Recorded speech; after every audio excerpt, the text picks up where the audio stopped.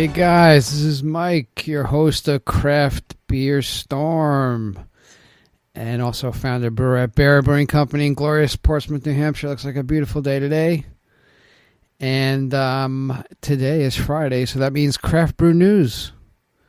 We bring you the news of the week. And, the drama continues. It's like an opera. I don't know if you've seen an opera before, but you got to go see it. There's so much stuff going on. Or you've seen soap operas. It's the same thing, too. Unbelievable. But it's entertaining. It's all entertaining. But we bring this to you. By the way, I am going to be at the Craft Brewers Conference in Denver next week, Tuesday, Wednesday, Thursday. If you are there and you want to connect, please send me an email. I am at michael@craftbeerstorm.com. You can also connect with me through Facebook, Instagram, LinkedIn. I'm on LinkedIn through Bear Brewing Company. We have a presence there. But the best way is to just send me a direct email. I'll get that, that other stuff. It doesn't alert my phone. I can't have that stuff alerting my phone. It would go nuts. The thing would blow up. But, let me know. Also, if you have 2 seconds, go on to iTunes. Give us a rating and review. That's the only way we get up in the rankings. There's stuff on there. These guys haven't published a podcast since like 2015. It's like ridiculous. It's 2019. So we need to get up in those rankings. So go on and do that for me.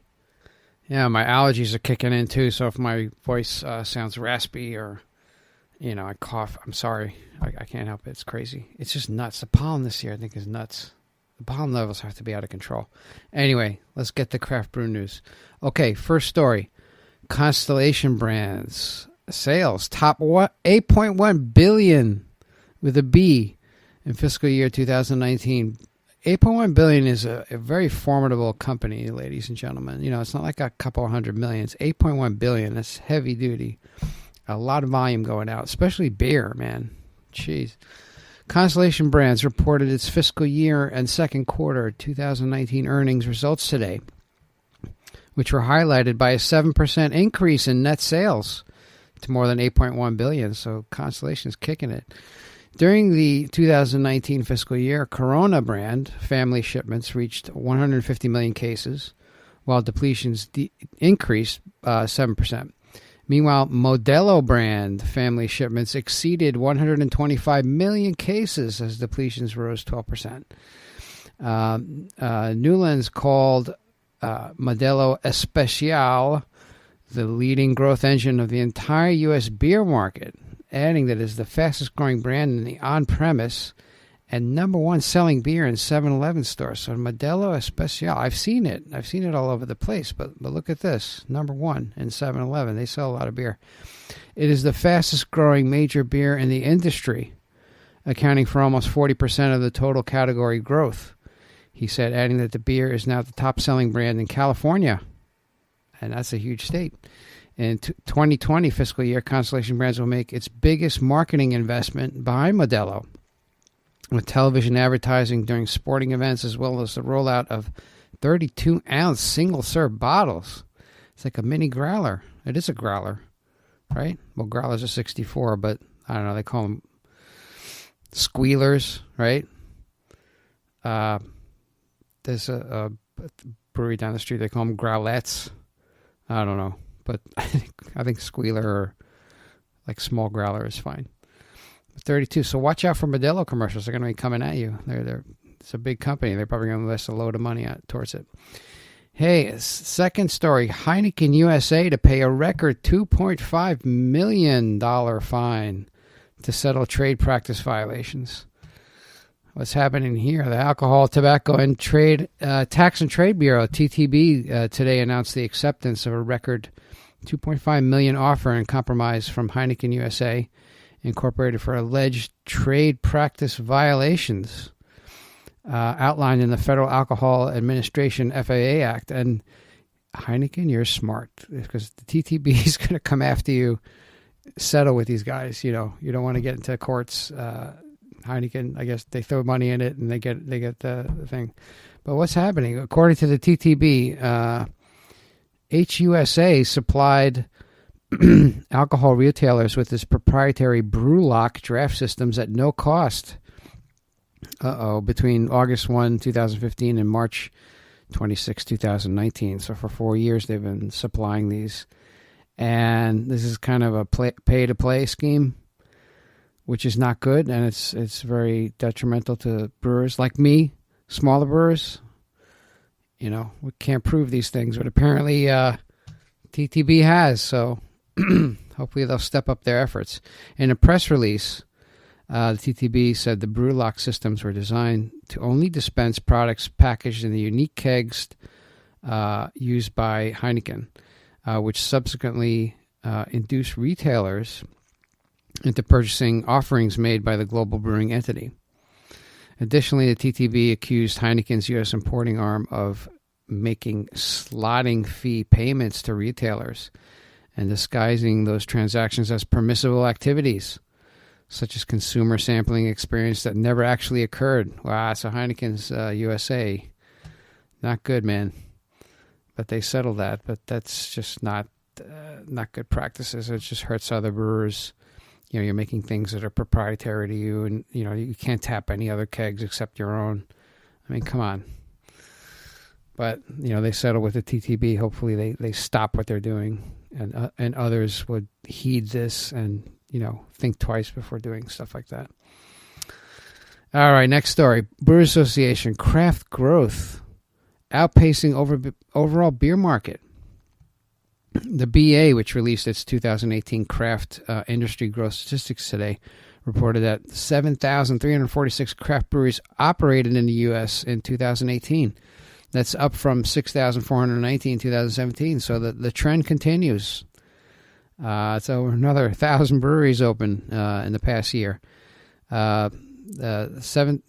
Those 7,346 craft breweries produce a combined 25.9 million barrels of beer in 2018, up about 800,000 barrels from 2017, so almost 1 million barrels up, which is good news. Brewers Association Chief Economist Bart Watson told members of the media during a teleconference, we are still seeing openings outpace closings by almost 5-1. Watson added he expects both numbers to be revised upward next year in addition to data is collected. And Bart, if you're listening to this, I'm going out to CBC. If you're there, I want to talk to you, man. Carve out a couple minutes for me. I got a room there. I got a media room. If anybody knows Bart, you know, hook us up. I want to talk to this gentleman. He's a smart guy, and I want to get his insights on the whole industry and where he thinks it's going. So, all right, anyway. In 2018, craft share of total beer dollars grew to 24.1% to an estimated $27.6 billion, which Washington attributed to the price inflation and so-called long tail of small brewers commanding higher retail margins. Craft's volume share in overall U.S. beer also increased to 13.2% last year from 12.6% in 2017. And then Watson also made the case for the smallest breweries, finding that most success that they build their businesses through direct-to-consumer taproom sales. The BA estimates that the number of barrels sold directly to consumers via brewery taprooms grew about 400,000 barrels to 3.1 million barrels in 2018, up from 2.71 million barrels in 2017. So they're selling a lot of beer through the taprooms, which is great. You know, people are going into the tap rooms. This micro brewery trend is increasing, which is fantastic. And, you know, we're hoping that it increases even more. But yeah, there's no end to it. It just keeps going. It's an engine. But I think we got a long way to go. I think there's over 11,000 wineries. There's only 7,300 craft breweries. So we got a ways to go. So, you know, hang on. We'll see what happens. Next story, Nikasi Brewing sells majority stake and establishes a national platform to acquire other breweries.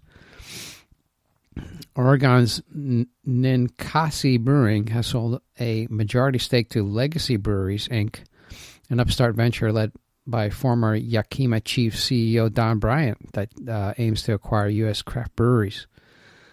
Similar to Canarchy, which owns Oscar Blue, Cigar City Brewing, Deep Ellum, Utah Brewers Cooperative, Perrin Brewing, and Three Weavers. Artisanal Brewing Ventures, which owns Victory Brewing, Southern Tier, and Six Point Brewery. Legacy Breweries, Inc. hopes to establish the collaborative partnerships with craft breweries, according to Ninkasi co-founder Nikos Ridge. So speaking to Brewbound, by the way, all these stories are brought to you by Brewbound. Great source of information. Ridge said that he, along with co-founder Jamie Floyd and the company's 6 investors, will retain significant ownership in the brewery. Ninkasi sold a majority stake to Legacy Breweries in order to create a new platform that can leverage our resources in conjunction with those of the Legacy team, he said. As those brewing hubs are established, the company would also look to acquire 10 to 15 smaller breweries in those geographies. These companies would be able to access expanded production and packaging capabilities and have better access to raw materials such as hops, malt, and cans. And hey, Barra, if you're looking at the Portsmouth area, New England, you want a smaller brewery? I got a brewery for you. We have a location here in Portsmouth, New Hampshire. I'm just trying to go to the next level, and I'd love to talk to you guys. So Legacy team, I'm going to be a CBC. If you're there, let's talk. I've established the brand, and also this facility here. I built this thing from scratch. If anybody's out there, they're a smaller brewer, they want to get into the brewing industry and they want to develop a brand. That's what I did here. I've developed the brand. I have it out there. I want to go to the next level, and I'm trying to get to sell this facility here. So if you're around, you want to stop in, give me a call or email michael@craftbeerstorm.com. But I think this whole collaboration and consolidation in order to leverage, the purchasing power to get hops, malt, cans at a better price, that just increases your margin, which is great for breweries. It's a business, guys. It's not like you make beer, it's cool, and let's drive a van and everything is cool. No, it's a business. And if you don't figure it out, you don't have the right margins, you're going to sink. And a lot of breweries are just jumping in, a lot of money being thrown at this stuff where they don't think about it, and they produce this beer and they cross their fingers and hope it sells, and it doesn't. It sits there. They can't make their loan payments, and the bank comes in and takes everything, which sucks. So I think consolidating this is great, and retaining control and strengthen numbers. So I think it's good. And these are really great breweries here. Victory Brewing, Southern Tier, Six Point, making really great stuff. Oscar Blue, Cigar City, fantastic stuff that's coming out of these breweries. So it's a good thing. So that is our craft brew news for today. If you're at CBC, let me know. I'd love to connect with you. We'll do an interview with you. We'll check it out. You can be on the Craft Beer Storm. Up and Growing podcast. I think I'm the only one that does it 3 times a week, because we do Monday, we do movers and shakers. We do brewers, founders in the industry of breweries. We have some heavy duty hitters, man, past couple weeks. Brewmaster for Guinness. We had Mitch Steele, used to be with Stone Brewing, now New Realm.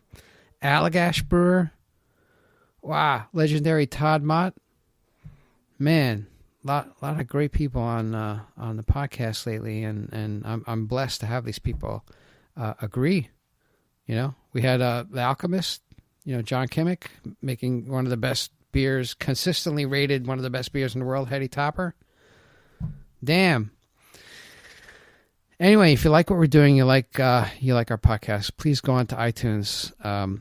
Give us a rating, give us a review. That's the only way we get up in the rankings. Like I said, this is rogue podcasts. They put things out like once a year. I mean, come on, give me a break. We're trying to give you information, relevant information, on time, every week, without fail. We do these podcasts. So give me some love. Go on there. And if you want to connect to CBC, I'll give you love too. We'll put you on the podcast, and everybody will be happy, right? Drink some beer It'd be cool. I'm excited to go out there. So let me know if you're out. Also, we're trying to get Bart Watson. Bart, let's do it. Okay. That's all I have for today. Have a great rest of the day on this Friday and a great weekend, and we will see you on Monday. Take care.